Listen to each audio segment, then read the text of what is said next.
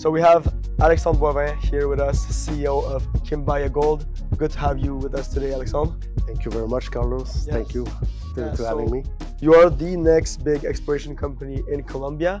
Can you take us through what differentiates you from other junior mining companies like yours? Yeah, I mean, for sure, if you look all around the world, I mean, you will see a lot of opportunity or competition. But if we concentrate in Colombia, let's say, I was there in the bull market 2010 to 2012, and I've seen projects starting and go to $1 billion and got bought out. So what differentiates us in Colombia right now, Quimbaya Gold, we have a very strategic portfolio. We passed from 1,000 hectares to 56,000 hectares over a year. Wow. We did that two things, like we have a software that we're the fastest one in Colombia to claim. So that helps us a lot to make acquisition at the opportunities cost. And also with our network, we did consolidate a very good area that where the people are already mining it. Right. So our big advantage is we're surrounded by mine in operation, and for us it helps us a lot with the exploration, because when you have historical mines on our asset, and it has been mined or some people are mining it, it's going to really help us to, I mean, it's drill ready. So that's the big thing. And I will say also what differentiates us is we have only 27 million outstanding shares. Right. That it's very, very tight, and 69% are the insider, director, and management. Right. So the float is very small, and we're only like a 15 million market cap. Our neighbors were neighbor to Aris Mining, Segovia, the richest mine in the world, 13.5 grams per ton. Right. And I mean, we're drill ready. So that's what huge upside, low downside risk. Right. Go back a little bit about the software you talked about. Yeah. What does that entail? Like, what do you guys use it for exactly? So we have a shareholder and he's working with us in the management too. He's a Colombian. He has built a software to manage all the titles and the application in Colombia.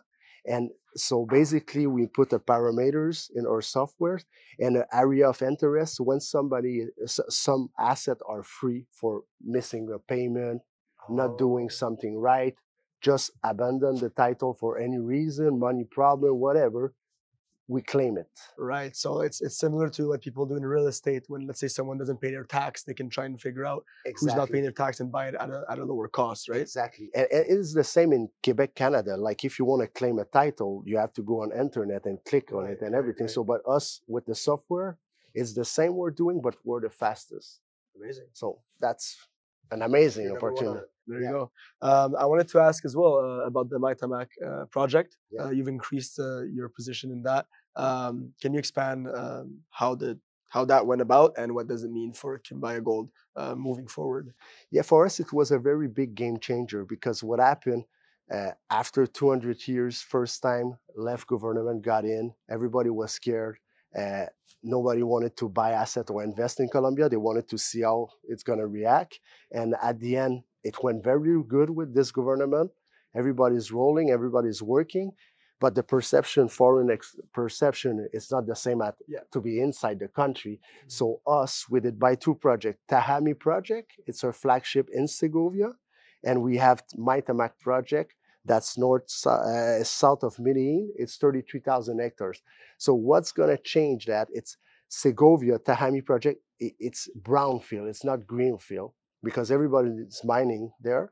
And also we have historical mines, so it's drill ready. We're going to start drilling.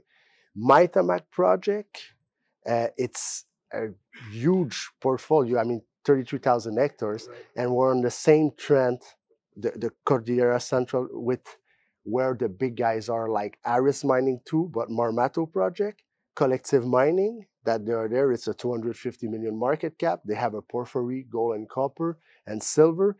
So we're looking more to find a big deposit there, but it's more greenfield. Right. So we have the no-brainer, Segovia, Tahami. So we just saved like 10 years of exploration. Yeah. And we have the other one that can be the cherry on the sundae or whatever. That can be, we'll see, but that we will drill it later. We're still in prospection, geophysics, grab sample, analyzing the database. Yeah.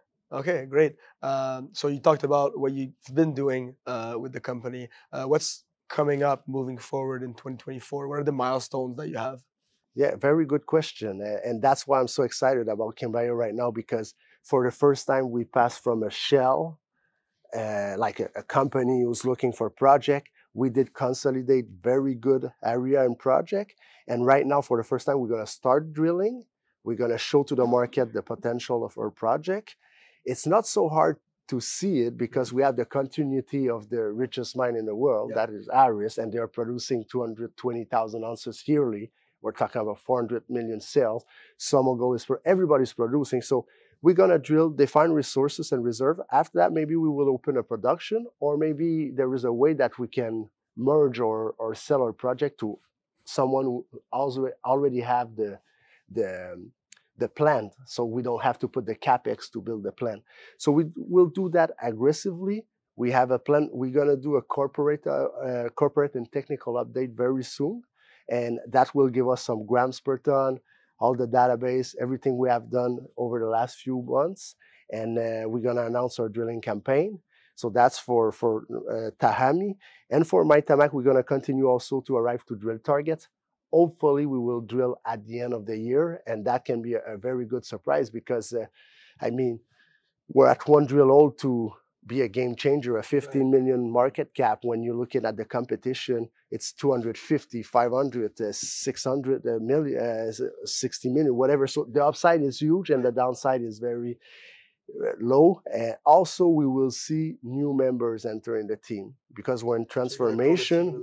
Yeah, we're going to put people with experience, success in the past, and that's going to help a lot because our team is very good. And I think we have the capacity now to increase our team with mentor and good experienced people. Right. Well, that's a great outlook for 2024. I wanted to ask a question more general about the gold market. I know we've hit an all-time high in the past couple of days. Yeah, I mean, what I like about the gold right now is still going up when the interest rates are high. Yeah. So the nominal value, normally if we see it, it's the election also this year in the United States, normally they are more soft on the increase of interest rate. I think if we see back the interest rate going back down, we're going to see gold perform for sure.